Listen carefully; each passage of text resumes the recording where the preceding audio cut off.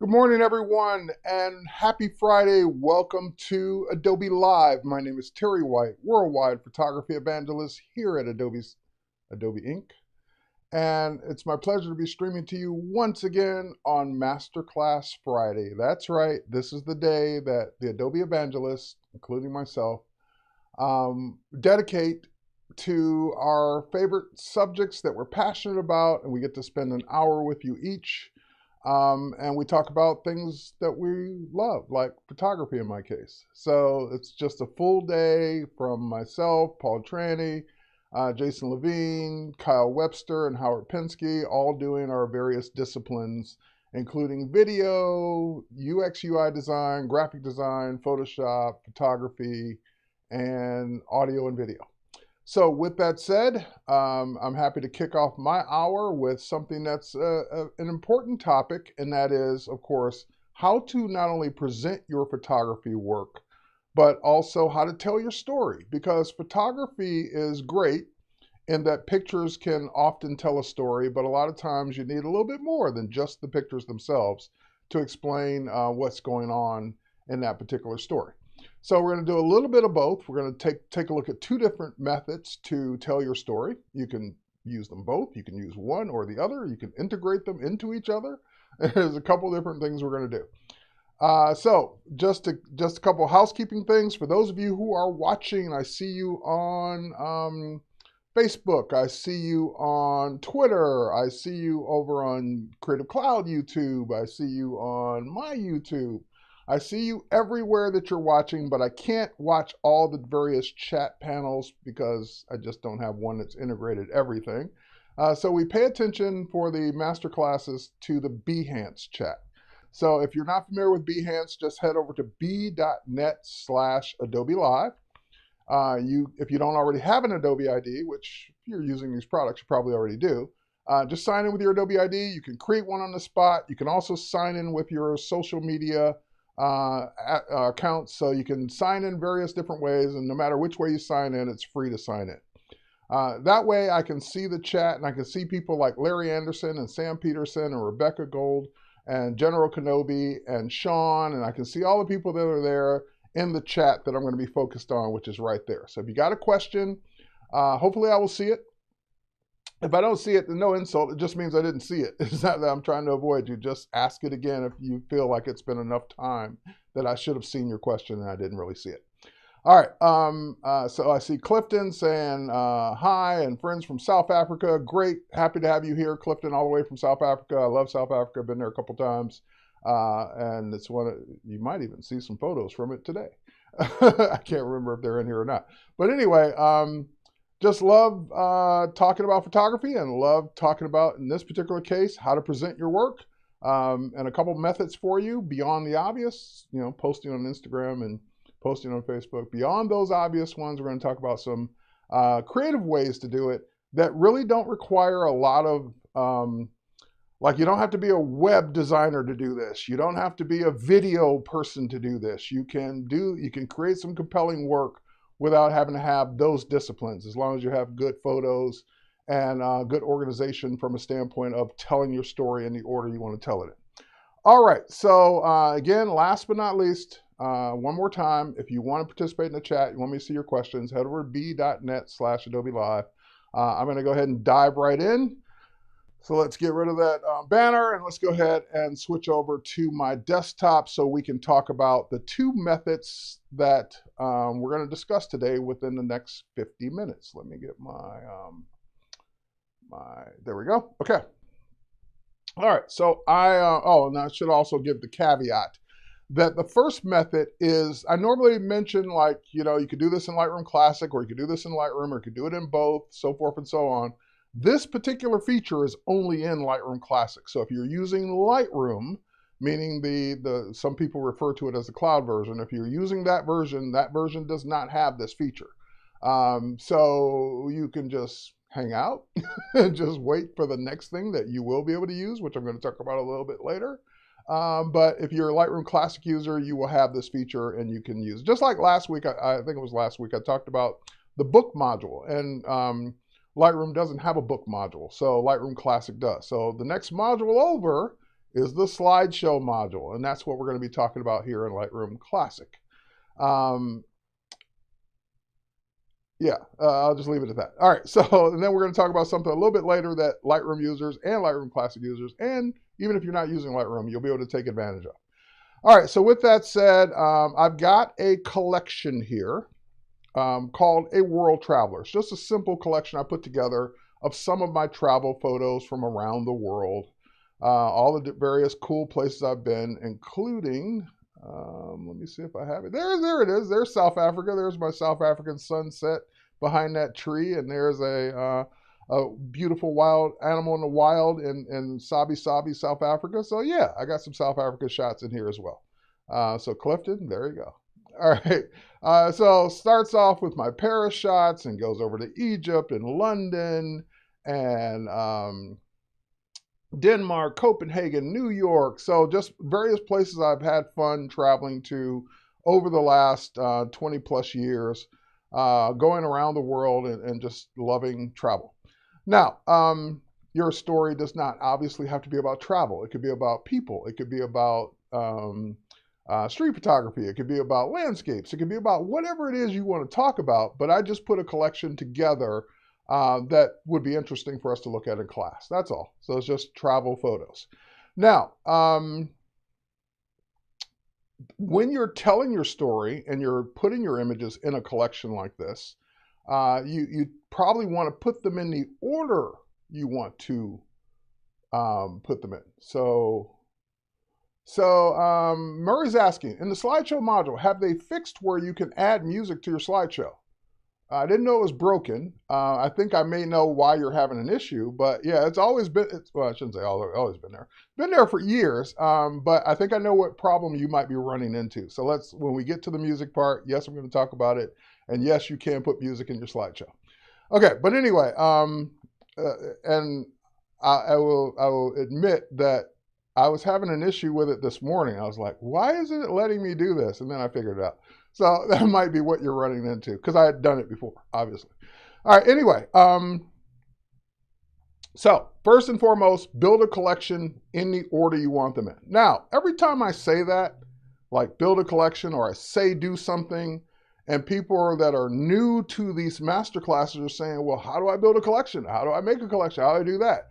I take for granted that you've been watching all along and you've seen me do this a million times in some of the earlier masterclasses, so I don't have to show it to you every single time. But for the sake of people that are just joining, that hadn't been watching all the previous episodes, I'll do this one quick just so you know what to do. And I'll also show you a tip along the way. So let's say that I want to build a collection of just towers. Okay, well, like, because I have some towers here. I have Eiffel Tower, I have the Turning Torso, I have the Freedom Tower. So let's say I just want to build a collection of towers. So I have the first one already selected. And if I go to my collections panel over here on the left-hand side above my head, you'll see that there's a plus sign. And when you click that plus sign, it will drop down a menu called Create Collection. Now in Lightroom, the other one, if you're using that version, is called Create an Album. Albums and collections are synonymous. They mean the same thing. So if I go create a collection, I just wanted to show you a tip that first you name the collection. So I'm just going to call this one Towers. Then it lets you decide where it's going to be. If you don't have this checked, it will just put it in the list with everything else. But I'm going to put it in my demo collection set. So collections are these things with the double panels. The collection sets look like old boxes where you would store photos, like file boxes. So those collection sets, think of those as folders in Lightroom for holding albums. Collection sets in Lightroom Classic hold collections. So I'm going to keep it in my demo collection set, and I can include the selected photos. So if I had gone through and selected all my towers first and then click Create Collection, it would put them in there for me automatically. But I only have one selected, so I can show you how to get the rest in there. All right, so, and then I can sync this with Lightroom if I have syncing turned on in Classic, which I do. Now, the tip I'm going to show you is that you can have any one collection set as a target collection. So in other words, the target collection, there's only one target collection. So when you make a collection, a target collection, whichever one used to be the target collection is not the target collection anymore. So one target collection at a time. What you're doing by telling it that it's the target collection is that you're saying, I'm going to be throwing stuff in here in this collection from all over the place. And I don't want to have to sit there dragging it and having it always in view and dragging images into it. I'll show you why that's important in just a second. Okay, so let's go ahead and click Create. And that will create that one collection and put it all the way down in the T's behind my head in Tower. So it's all the way down there. So remember, we were all the way up here. And so if I wanted to now put stuff in there manually, I would go to a World Traveler. I would grab, let's say, the next two towers. I would have to scroll down and go find it again. Oh, there it is. And drag them in. That's not using it as a target collection. What we can do with a target collection is I don't even have to see it. I just know it's the target collection. I can go to this one. And I'm holding down my Command key or Control key on Windows. I can go to that one. I can go to that one. And let's see if I have any more quote unquote towers. I can go to the Atlanta skyline.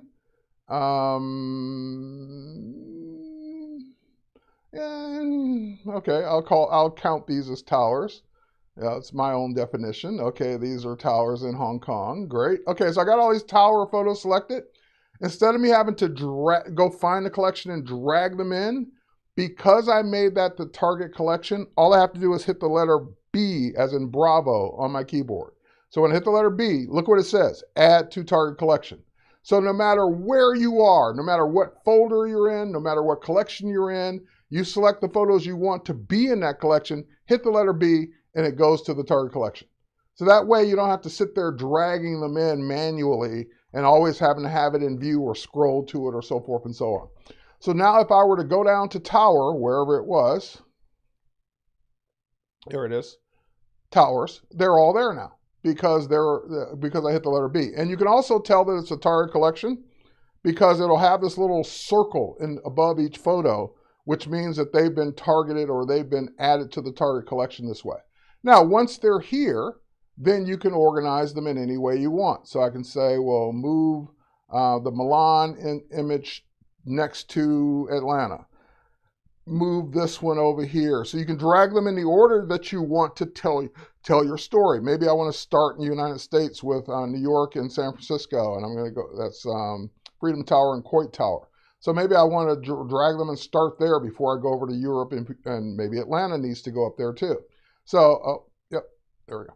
Atlanta needs to go there too. So you can put them in the order you're going to tell your story in. So that's what I mean by build a collection, putting the images in the order you want with just the images you want. Now, for people that are maybe thinking, wow, that target collection sounds pretty cool, how do I make a target collection for a collection I already have? In other words, I did it when I created a collection. I just checked the box. How do I set another collection that's already here as the target collection? So let's say I go back to, for example, I go back to my A World Traveler, and I want that A World Traveler to be the target collection now. So you notice when I zoom in on it, and I right click, set as target collection. So any collection can be the target collection one at a time. So as soon as I make this the target collection, it will disable the other one from being the target collection. It doesn't take any photos out of it, doesn't do anything different to it. It just says that now this is the target collection. So now when I go to a World Traveler, it's the one with all the circles on it. The other one will not have the circles if I go back to it. And also you can tell which one is the target collection visually by looking at the little plus sign. The little plus sign will only be on one collection unless you've named one with a plus, but it will be the one with the plus sign letting you know, and see as I hover over it, that it's the target collection. So that's just a quick lesson on target collections and creating collections. For those that are going to ask me later, how do you create a collection? Now you know. So I can't take the time to explain that every single time, but we just refreshed it. So you got some tips for those that already knew what collections were and how to make them. You got a couple tips along the way. Okay, now that we're past that point, let's talk about Slideshow.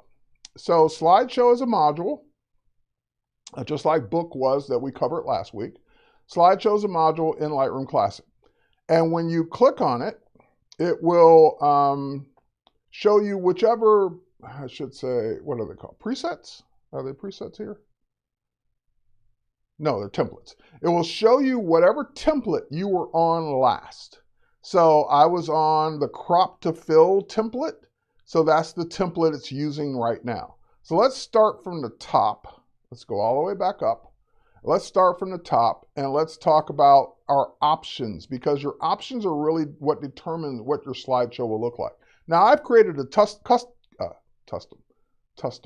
I've created a custom template called Terry White Photography. So that's my template that I always use for my slideshow. So in other words, once you get one of these set up the way you want, you can just save it as a template, and that way you don't have to change these settings or reset these settings every single time. And even if you, we're gonna talk about music, but even if you add music, it'll be a part of your template. So you don't have to go look for those songs every single time. So the same thing.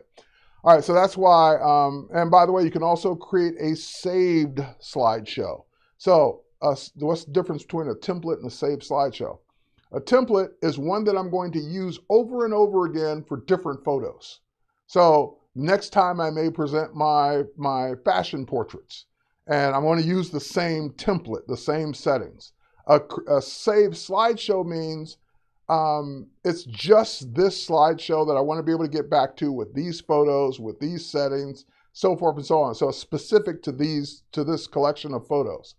Whereas a template is not specific to a certain collection of photos. All right, so it's unsaved, which we're not going to worry about saving it, but let's go into the options over here on the right-hand side. So I scrolled all the way back up to the top, and basically every single one of these panels is controlling how your slideshow will look. That's it. You've already identified what the photos are. You've already put them in order. So now you're just controlling how it looks and how it plays. So, and let me just, before I forget, let me just go through all the 3 or 4 different areas, and then we'll get into the settings. So over on the right-hand side, all the settings control the way it looks.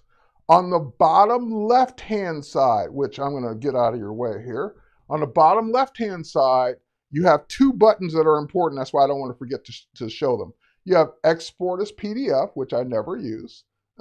So that will basically just make a PDF slideshow. It's just basically your images as a PDF. And I said I never use that one. And then you have this one, which I use all the time, export as a video.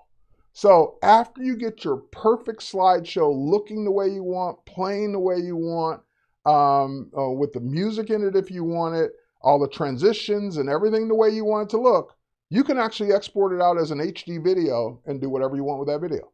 Upload it to YouTube, put it on Facebook, put it on Instagram, whatever you want to do with that video, send it to people. However you want to use the video, you can use it once you export it.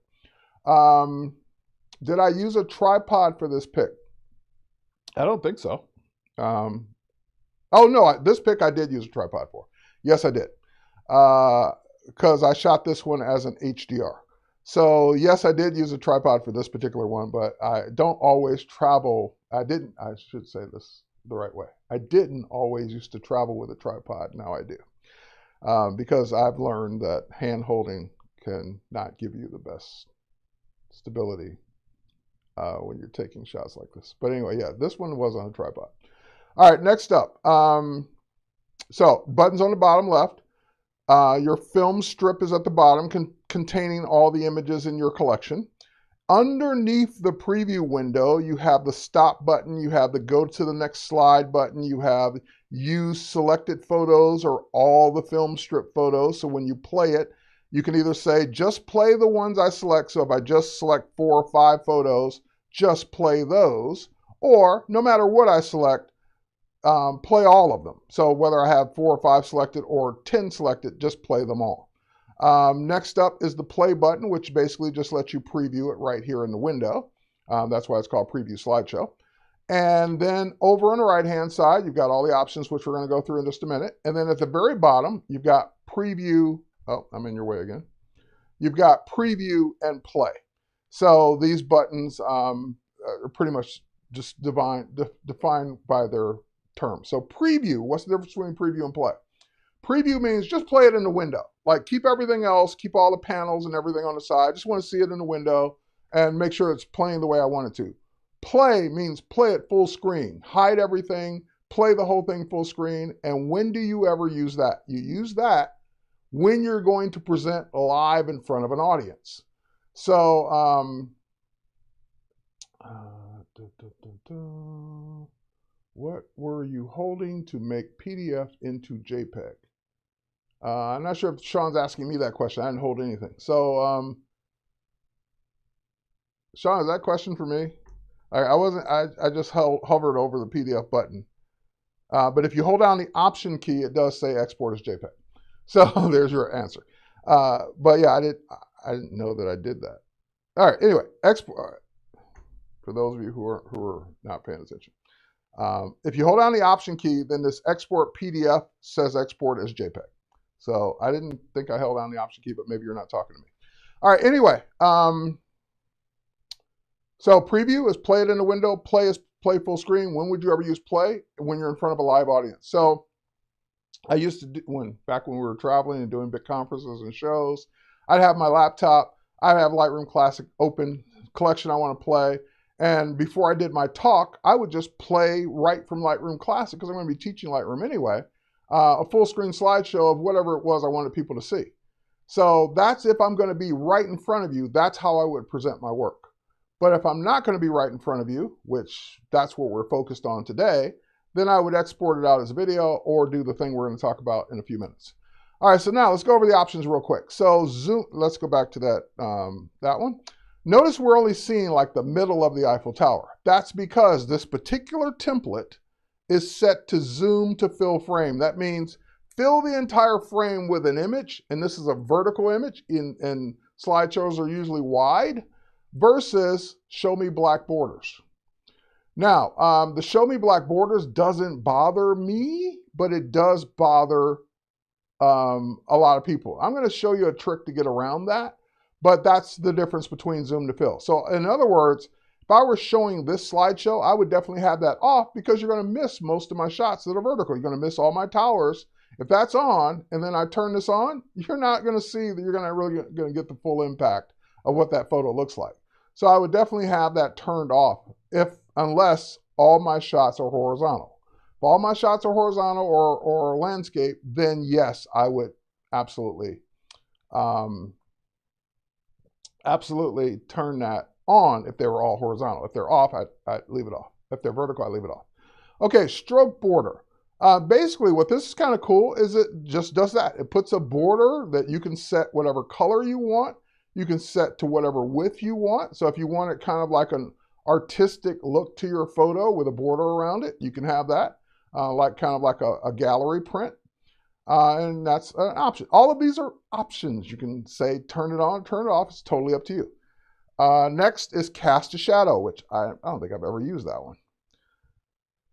Let's see. This is like the shadow in Photoshop. And again, it's because I think because the shadow's on a black background, we're not really going to see it. But, and you might say, well, wouldn't it always be on a black background? No, I'm going to show you why it wouldn't be in a minute. But yeah, cast a shadow, just like in Photoshop, it would have a little drop shadow to the photo, giving you a little depth, but it's not going to show on a black background. So we'll get into how to fix that in a minute. Show your guides. This is, let's see. Yeah, there we go. So if you change the size of your image, it will just show you the guides. I don't know why you really need to see them in the slideshow, because you're not really laying photos out. So I don't know why you need them, but they're there if you need them. Overlays. This is if you want something to always be on the screen. So we're going to get into something in a few minutes called, I think it's called titles, but overlay is basically I want that up there at all times. Like I want to remind you who I am at all times. And if you want that, you can have that. Let's see.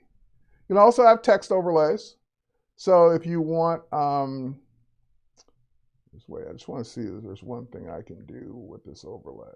So by the way, and let me get back to overlays. Identity plate is just like that name in the upper left-hand corner, Terry White Photography. That's my identity plate. And you can go into the identity plate section to, oh, it's actually up here, into your identity plate section to set that up. So you can use a graphic, you can use text, you can use whatever you want.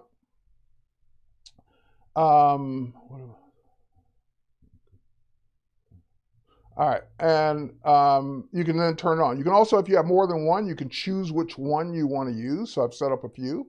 So if I want to use this calligraphy one, I could, but it's on a white background, so I probably wouldn't.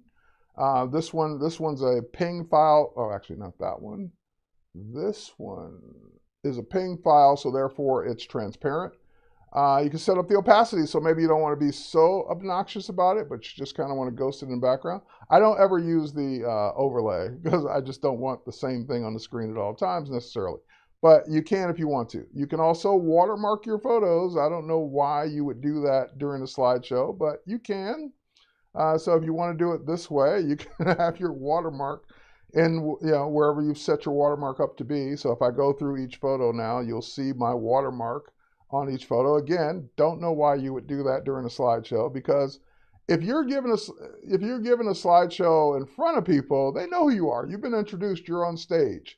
If you're putting your video out, I would avoid these kinds of things because it takes away from what people are supposed to be looking at. They're supposed to be looking at your photography.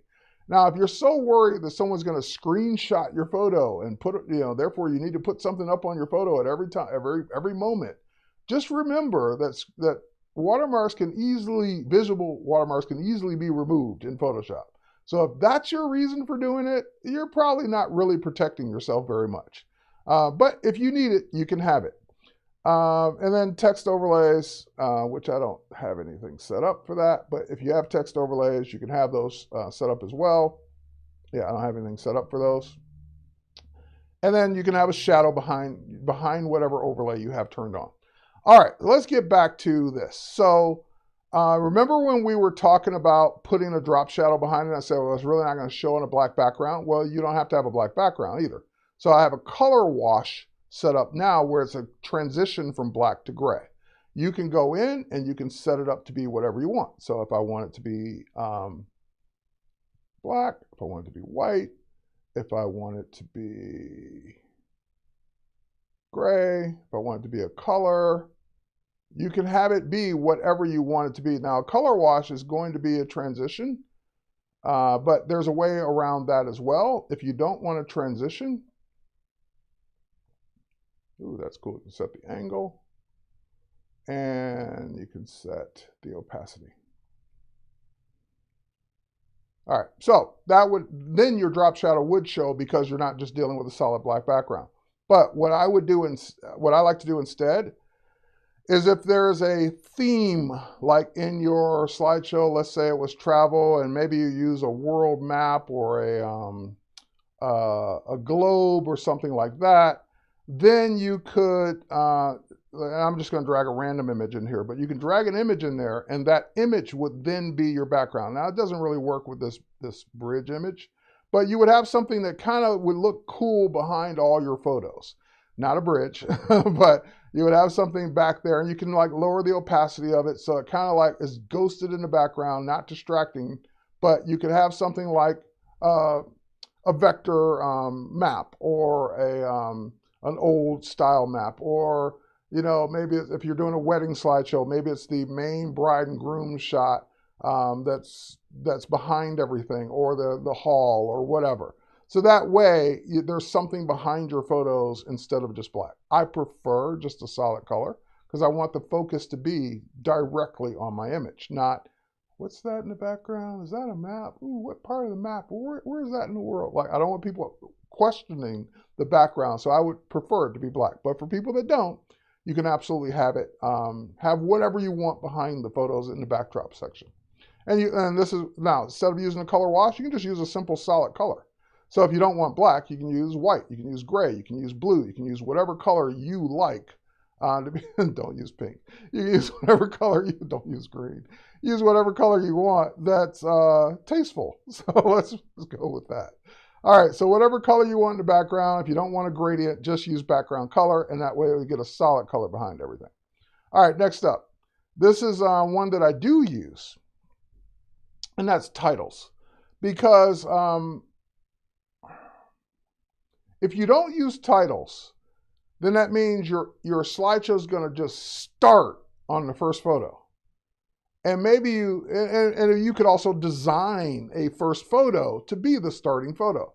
But if you don't have those skills, you don't want to design a photo, you don't want to, you won't do anything like that, then you could just use simple titles. And what titles are, you have an intro screen and you have an ending screen. So the intro screen, if I turn this on and basically scale this up, that means it will just play my, my identity plate as the first slide. And then it will get into the photo. So this is not something that stays on the screen at all times. This is literally just starts with your logo or whatever, and then plays your slideshow, and then ends with your logo or whatever, and then that's it. So I could turn that on for both, and then scale it to whatever size I want. Keep in mind, you probably want the same size for each. So 66% for each of them. Okay. Now, let's get into the music category. So you notice that I have a music thing, but I can't do anything here. And this may have been what the other person, I forgot your name, who asked this question early on, was saying, did they fix the music so you can add it? And I was like, yeah, why can't I add music? Like, why is this all grayed out? Why is a plus sign? Why can't I do anything with music? I thought something was wrong too, because if I went to my template, the music was there. I was like, why isn't it working on these default templates, these other templates that come with Lightroom? And then finally, I saw it, but I really didn't believe that's what it was. Right here, there's an on-off button, and it's off. Turn it on, boom, you got music now. So that's all it was, is that the music section was turned off. Turn it on, and then you can add songs. So I've added a couple songs here since this is being broadcast on social media and YouTube and whatever. I don't want my video flagged for copyright. So I'm using a royalty-free song from YouTube. And by the way, if you go into your creator studio on YouTube, you can find hundreds of royalty-free songs that you can download as MP3 and use in your videos. That way they won't be flagged. You can even monetize your videos if you monetize. And they won't be flagged as, you're using music that you don't have rights to. All right, so this grass song is one that is royalty free. All right, so anyway, let's get down to this before I preview it. So slideshow mode, I usually do automatic because I'm not, now manual is, so let's talk about that. If I were doing manual, I wouldn't be using music, but I was doing manual. That means I'm clicking through the slideshow. So in other words, I'm there talking, I'm explaining the London Eye, I'm talking about it. When I'm done talking about it, I press the button, the right arrow, and it goes to the next slide. So that's manual. Automatic is, I'm gonna step away and let the slideshow play. Or it's a video, I'm just gonna let you watch it. I'm not going to be hitting the button for each slide. So that's the difference between automatic and manual. Sync slides to music. It's a misnomer. What this really means is it will sync the length of your slideshow to the length of the music. So this first song is 5 minutes, 4 seconds. So that means that how many ever slides you have, I'm going to make them fit in 5 minutes, 4 seconds. So from the first title to the ending title and everything in between, 5 minutes, 4 seconds. So if I have 1,000 slides, they're going to play so fast you won't even be able to see them. If I have 10 slides, they're going to play so slow that it's going to be annoying. So you have to really kind of judge if I'm using a 3-minute song that I have enough photos to comfortably fit within 3 minutes if I use this feature. If I don't use the sync slides to music, then it will be, the slides will stay on the screen for whatever length you set. So I say, hey, I've got it set for 4 seconds. Every slide stays on for 4 seconds, no matter how long the song is. When I get to the end of the slideshow, it just stops. Even if the song is not finished yet, it will just gradually fade out. All right. So if I turn that on, notice it turns off the slide length because it's going to calculate based on how long the song is. And by the way, I should probably delete this other song because it's going to calculate the length of both songs. So that would be 10 minutes. They would be up there forever. So I'm going to delete that other song. And then you also have the ability to, before I skip this other one, you also have the ability to balance the audio, balance video versus music. Meaning, all of these are just pictures. So the music's going to play full volume. But if I had a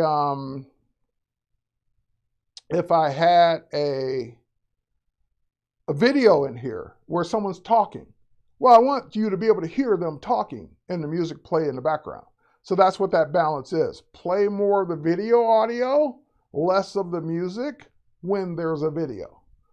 And most professional video programs call that audio ducking. So duck down the music so we can hear the person's voice and then ramp the music back up when they're not talking. Pan and zoom is a nice feature where it will, like Apple refers to that as the Ken Burns effect, where it will kind of pan and zoom your photos. So you can turn that on or off. And then that's it. So now we're down to the which screen do I want this to play on? So I have it set. I have multiple monitors. I think I have it set to the right screen. No, I don't think I do. Yeah, screen number 2. I wanted to play on this one. And then let's go ahead and preview it. So it's preparing the slides, meaning for whatever quality you set, it's render, because it has to render this out. So it's rendering a slideshow, even in the preview. I should have probably did it in draft. I know it starts with whichever one you were on, by the way. So let me stop it, pause it. Let's go back to the beginning. There we go. Nope. Let's stop it. There we go. Now pause. Now let's go back to the beginning. There we go, and play. So now it's got to do it again because I told it to start at the very beginning this time. There we go. There's my title slide. And now they're playing so quick because of the number of slides versus the length of the music. So just keep that in mind.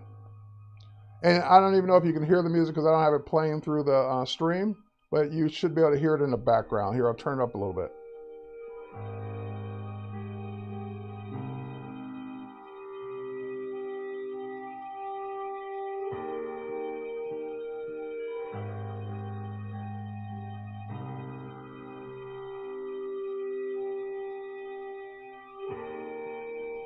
Okay.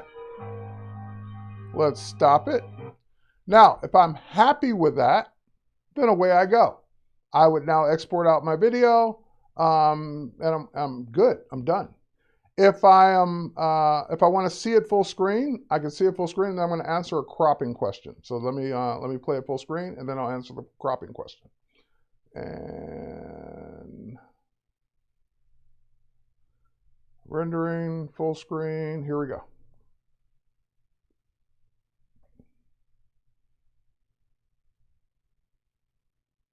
Here we go. Okay, I'm going to turn the music down. Thank you for letting me know you can hear it. All right, I'm turning the music down. I'm ducking music down so I can talk. All right, so question was, well, would it be better to crop the photos so they look better on screen? Absolutely. If you want to create virtual copies and crop them to a 16:9 aspect ratio, then like images that are wide won't have the black bars on the side. But your portrait images are going to be kind of hard to do that for. So you might want to design them in Photoshop to look better, maybe side by side, so they fill the left and right side. But all your landscape images, these are all your landscape images coming out of your camera by default, are 4:3 aspect ratio. So you probably want to crop them if you want to be 16:9 aspect ratio. So then you have no black bars, they fill the screen. Now, keep in mind, there was that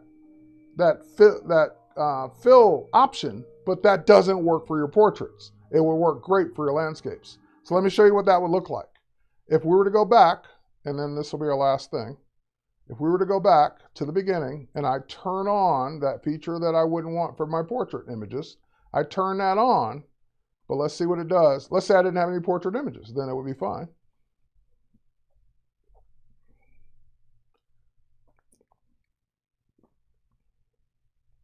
Thanks, Bruce, I appreciate it.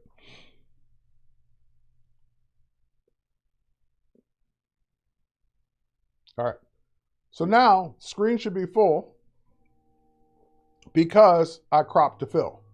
So no black bars, but also not great for portrait tall images. But for my landscape images, my wide images, this looks awesome because they're cropped to fill, or they're fill, whatever that option is. And that's the pan and zoom effect, so forth and so on.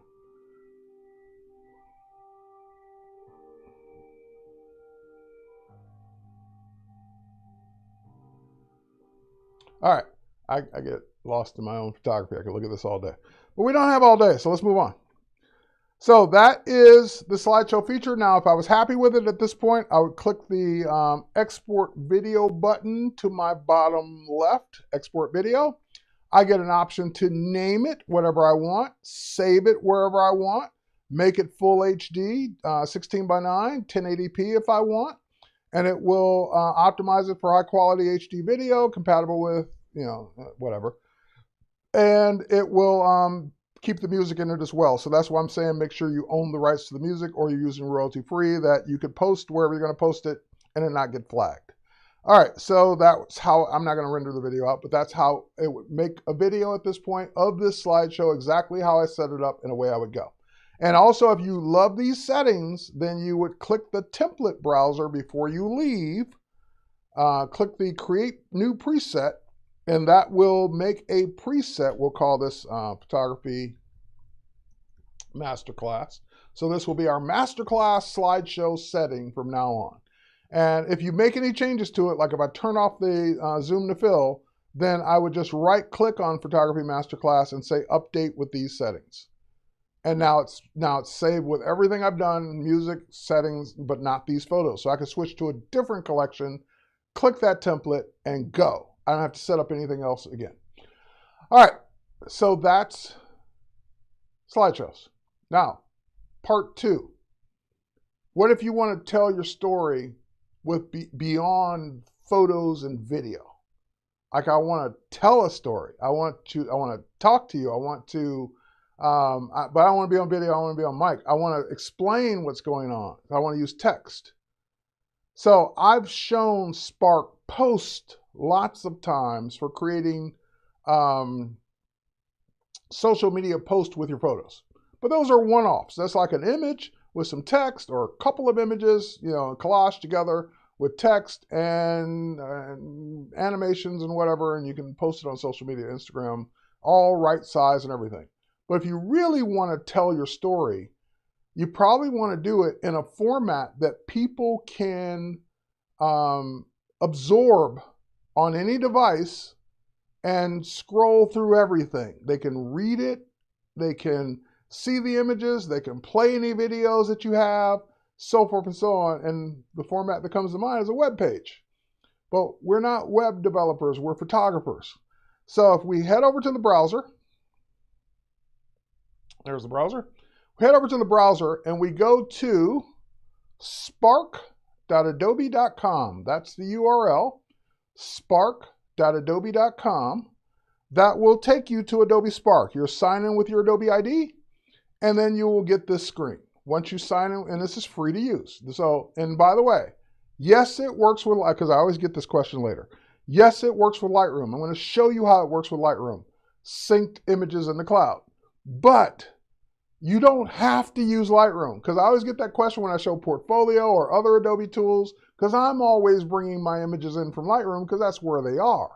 But if you don't use Lightroom or you don't have them synced, then you can absolutely just upload images. Like if you got JPEGs and you want to upload into Spark, you can upload them from the desktop, from the folders, whatever. So yes, you can use Lightroom, but no, you don't have to use Lightroom if you don't have your images in Lightroom or they're not synced to the cloud.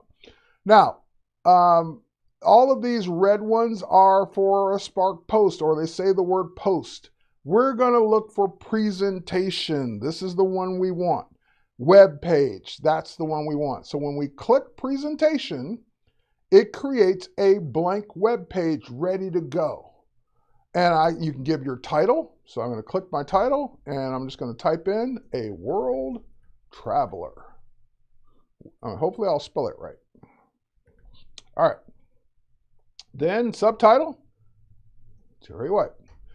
Now, it's saying, okay, what do you want next? You probably want a background image behind this. So the plus sign, we click the plus sign, and then it wants your photo.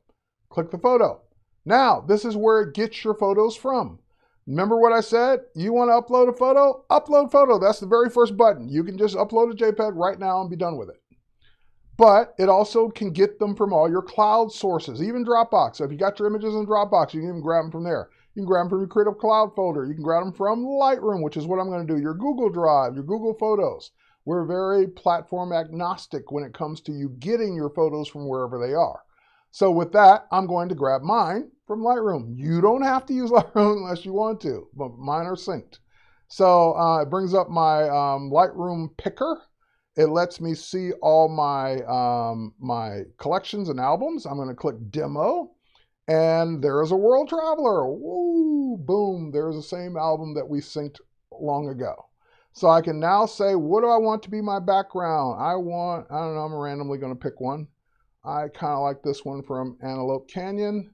I'm going to pick that as my background. And it'll take a second to render it, so it might look a little blurry at first, but it renders it and it looks good.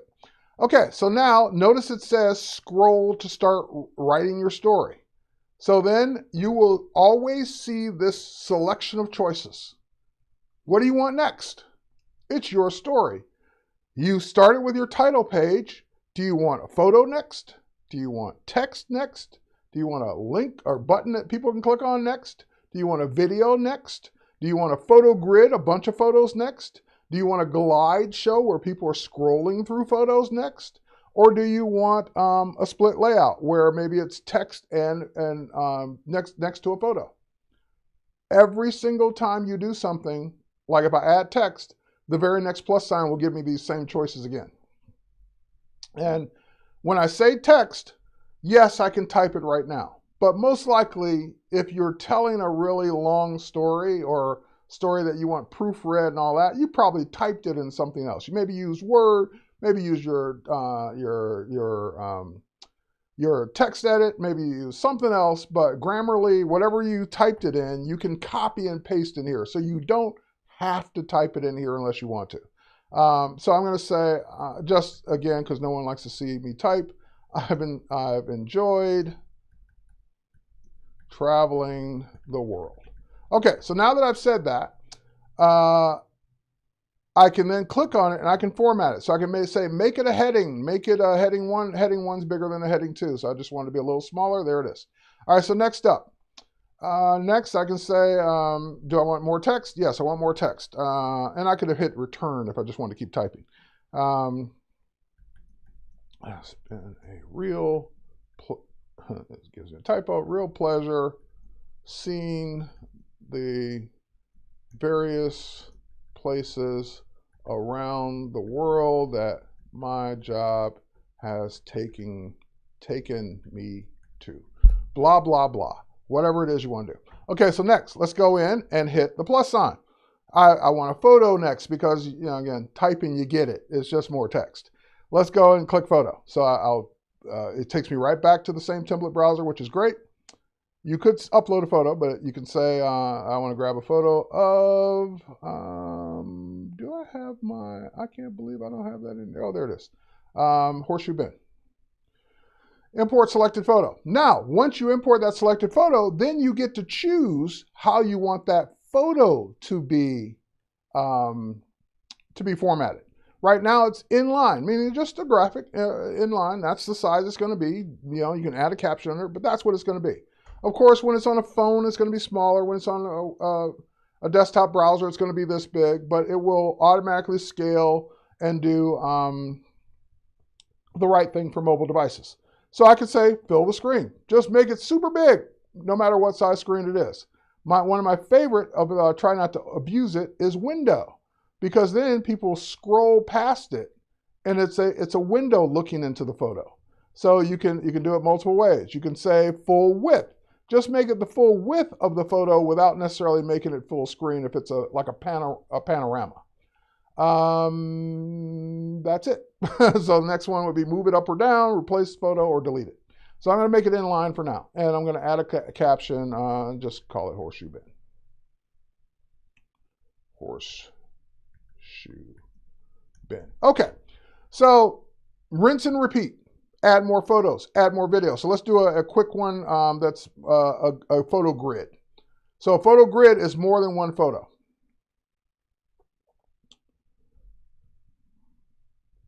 So I want this one, this one, this one, this one, this one, this one, this one, so forth and so on. Import. Photo grid. You can move them around in order. So I can say, no, no, no, this one should go before that one. You can move, and you keep moving it back until it gets up to the top. It will, maybe I like this one to be on the left side since it's facing in. So you want things to face into your story, not out of your story. So that's facing this way into the story. And once you're done, then you just hit save, and that becomes your photo grid. When people see your grid, they can click on your grid photos to make them bigger and singular. But then you just scroll and you get the same thing again. You just keep going. You add more text, add more photos, add a button, add a video, tell your story. So let's say I want a button that says, follow me on Instagram. And then I would put the URL in for Instagram. https://instagram.com. You could paste it in, obviously. Terry Lee White. I think that's it. Yeah. Save. And then that makes a button. So people would actually be able to click the button and go to your Instagram. And you keep going. Get plus sign. And by the way, if you missed something, you forgot something in between, you always have plus signs in between. So if I want to add more text here, my favorite places have big monuments, whatever. So if you never have to remember, you don't have to say, oh man, I left out something, I wish it were higher up. Just go click the plus sign above it and make it higher up, or you can move things up or down. All right, so now once you're done with all this, you would click the share icon. And again, you don't have to be done, but once you're done, let's say I'll go back to this photo and I'll make it the window just so we can see how cool that looks now. Once you're done with that, you hit share and you can publish it, and it's free hosting with Adobe. So you're going to get a dedicated link for this story. And once you get that link, here, I'll go ahead and publish it. Once you get that link, you can share it wherever you want to share it because it's just a link. So I'm going to say create link, or it's a travel, and create link. It's generating a link for it. And by the way, there's no save button. There's nothing you have to do. You just keep working, and even if you close the browser, or well, unless you force quit it, it's saving in the background as you go. So you can share it out to any one of these. Just copy the link. You can even embed it on your own website. Now I'm going to give you an example of one that's near and dear to my heart that is coming up for me on Monday. So I created a story. Copy link. Why don't I see copy link? Okay, just copy. I'll paste this in the chat.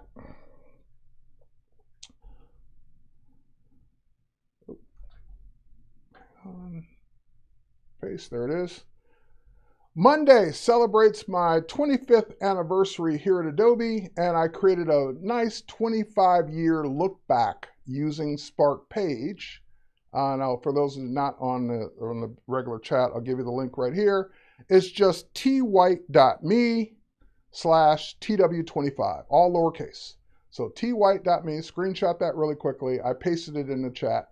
But what that will give you is an extensive look at what a Spark page can do, because I kind of threw everything in there.